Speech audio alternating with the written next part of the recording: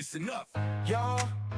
It's the queen of automation, Meghan Donnelly, here to give you inspiration. Founders and business owners gather round. I'ma show you how to build systems that'll astound. Streamline your processes, no need for complication. Hey everybody, welcome back to the Queen of Automation podcast, where we talk about all things operations, automation, AI, and how all of these things are only good when they work, and hopefully we help you make them work. Today's another mini solo episode, and I'm going to get really, really real right now. I'm going to rip off the Band-Aid and give it to you straight. So I screwed up. I had a long-time client. 3 years, but that's still a long-time client when you're a solo entrepreneur and you're running your own business and your own agency. I dropped the ball. We let multiple balls drop, and we parted ways, and it really sucks when that happens because these people became friends, if you will, as well as business partners and clients. But I really got to know them, and I really enjoyed their business. And when I say that, I mean, you can say that about a lot of things, but they are running a local chiropractor's office, but they're also a wellness clinic, and they just do a lot of things right. In the healthcare space, I feel like there's a lot of crap out there, and they are doing so many really cool things, and I'm so pissed off at myself for dropping the ball. So what I want to talk about with all of you today is, what do you do when that happens? What do you do when you're the problem? Because every once in a while, we're not perfect, right? We're all human and we make mistakes. What do you do when you make a big mistake and somebody leaves? You get up and you move forward, right? Sure, that's really easy for me to say. You know what? Put your big boy pants on, put your big girl pants on, get up, move forward, shit happens, blah, blah, blah, all of that stuff. Well, guess what? This one hit me really, really freaking hard. And I got really depressed about it.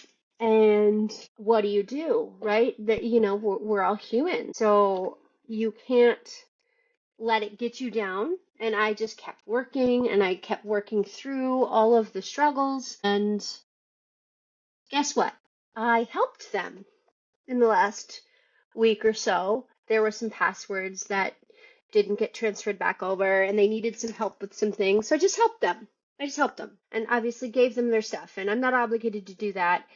My contracts are pretty lock solid. I don't have to do any of that. And it made me feel better. It made me feel better for dropping the ball. I've left the open lines of communications open with them, to the point where today I got a message that said, because they originally said, we're parting ways with you. We're so happy and thankful for what you've done over the past 3 years. You really increased our brand, the strength of our brand. You made the quality of our brand better. You made the quality of our content better. You redid the website. You give us new platforms and operations and all these things. That was like done in the first couple of years. We really just overhauled them, and then we took over doing all of their ops.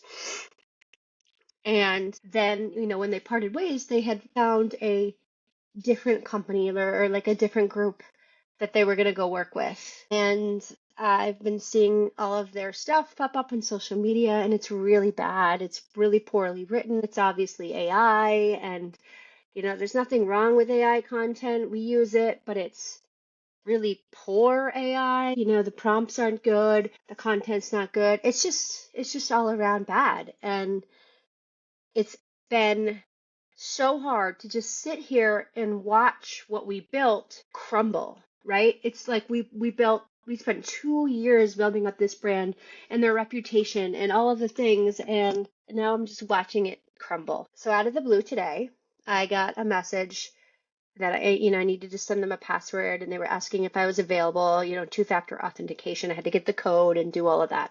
And I got the code, and then I got a message that said, the owner of the office said, "Yes, I'm in. Thank you so much for your help. I'm going to try to get all the information switched over to me and my email. it's been terrible working with them. And I thought to myself, do I leave it? Do I let it go? Or do I use this opportunity to emotionally reach back out um, and say something? And of course, I just couldn't help myself, so I did.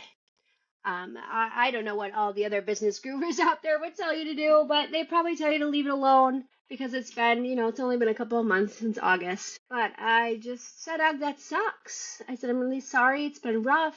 That's the last thing you need, especially since we dropped the ball, and I put it all back on us because we did. We dropped the ball. I've been kicking myself. If you're open to giving us another shot, I'd love the chance to make it right. I'll cover through the end of the year on us. Think about it. My doors are always open. Done. I will leave it at that. I won't say anything else.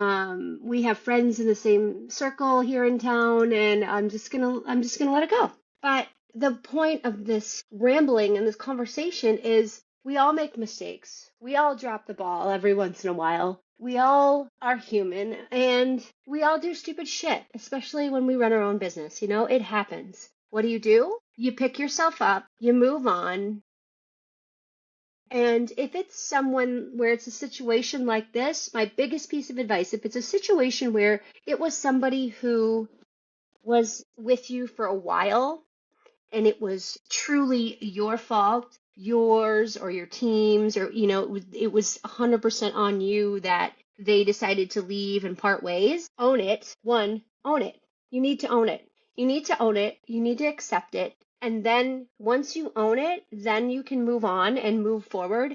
And you keep them in your database. And every once in a while, you check in. You don't check in to say, anything, any sales pressure or anything like that. So I really tried to make that message very non-salesy. Like, I'm going to give you 2 months free. Like, I'm really sorry this is happening to you. And if they don't take it, awesome. That's fine. Like, I get it. The wound's still open. Um, and if they do, even better. And if they don't, I'll check in, at the beginning of the year or even midway through next year and see how everything's going. But don't count yourself out when you make a mistake. Don't just assume those clients are never, ever, ever, ever going to work with you again. If there's a little bit of an inkling or a little bit of an opening, take the chance, especially if it's somebody that you really enjoyed working with. Obviously, we have had some clients that we have parted ways with that we could not stand working with. We didn't like them. Their relationship was awful. It was a horrible nightmare experience working with them on projects. Those are not people that if it came back around to me, in fact, we do have a few of those clients. One client reached back out and is not having a wonderful time with their new person. And well, guess what? Sorry, you burned the bridge with me and our team because of the poor treatment that you gave us. You let those people go. But if it's somebody who's truly a good person and truly good people and you messed it up, own it, admit it, and try to get back on their graces the best that you can. Don't burn those bridges. Keep the lines of communication open, even if it's just, 6 months check-ins or something like that. Just making sure that they're doing okay, because you know what? I fully know that when this brand and this company goes out into the world, and if somebody were to ask them about their experience with us, I am 99% sure that they will talk about all of the good things and not the one bad thing and the balls that were dropped. That's how awesome these people are. That's how awesome our relationship was in the beginning. And those are the types of relationships you also need. People who, when they leave, because it's just time for you to part ways for whatever reason, they still promote your brand. So even if somebody leaves you, if you leave on good terms, we left on decent terms. It wasn't the best of terms, but it was still decent because they had 3 really good years with us. They are leaving with a positive brand experience still, right? It was time for them to go a different route. That's how we left things.